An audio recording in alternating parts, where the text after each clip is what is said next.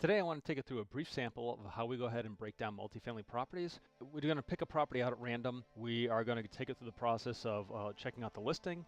We're going to take it through the process of checking out the crime in the area. We're going to take out the process of how we evaluate the rents and see if the rents make any sense. And then we'll show whether it's profitable and how it could be profitable for you as an owner of the property living in the building, what those numbers would look like.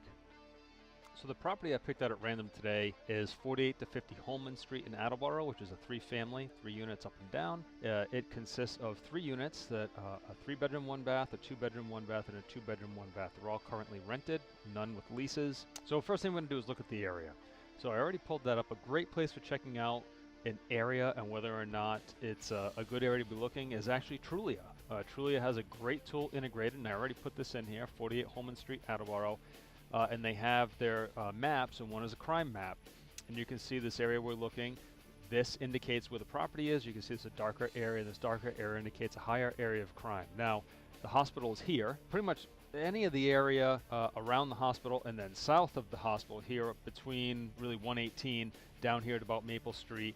And this is not generally a great area to be investing in. Generally north of the hospital wasn't too bad along Forest Street here, but apparently that hasn't been the case in the last year or two. So this is actually a fairly high crime rate area. You would not want to purchase a home here to live in yourself, or probably would not want to purchase one. If you did purchase it, it should have a very, very high cap rate because you're taking on risk.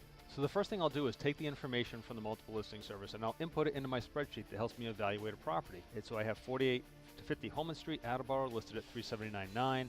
You're putting 3% using mass housing financing because you're intending on living in it yourself. 3.00% down. And the interest rate right now, we're starting to see interest rates APR. So this is all your fees included, around 4.875%. 30-year mortgage, taxes of $48.13 a year. Right now it's getting around $3,000 a month rent. Right now this is not a good property, even with it fully rented, not even with you not living in it. With it fully rented at its current rents, it's not a good property. 6.1% cap rate for a crime area like this. You should see a cap rate north of 12-13%. So the cap rate is off, meaning the price is too high. It has a negative cash flow, has a negative cash on cash return, debt service ratio of 1. And you generally, so for every dollar you put in, you get $1 out, which means it's not making you any money. So it's really not a good property to be looking at. If we look at a further breakdown to understand where those numbers come from, the purchase price of $379,900 with $3,000 a month rent. Remember, this is fully rented, not with you being in it. You're looking at a gross annual income about $36,000.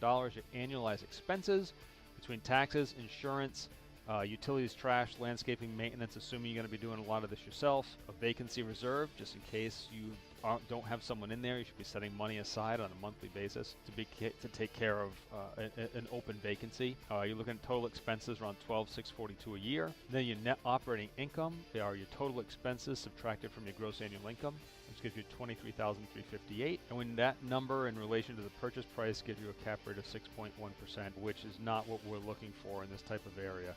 You can see the negative cash flow between your financing costs of $23,402 annually and your net operating income of $23,358. You end up negative cash flow. You never purchase a property that's negative cash flow unless you're getting the property for free, and then you can start to turn it into something profitable.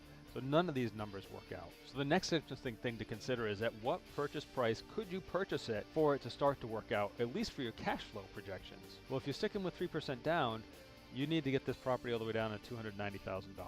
And if you want to look at cash on cash return or your debt service ratio, similar thing. At 3% down, you have to get it at least $354,900. Your debt service ratio, you need to get it for at least $3099. So you're going to go with the one that is the lowest, which in this case is your cash flow number, which at 3% down, you can't purchase it for any higher than $290,000.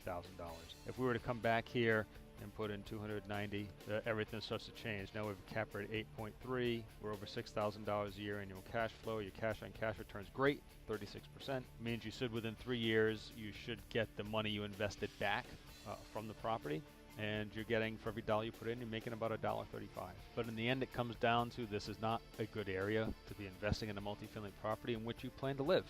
So I would stay away from this one.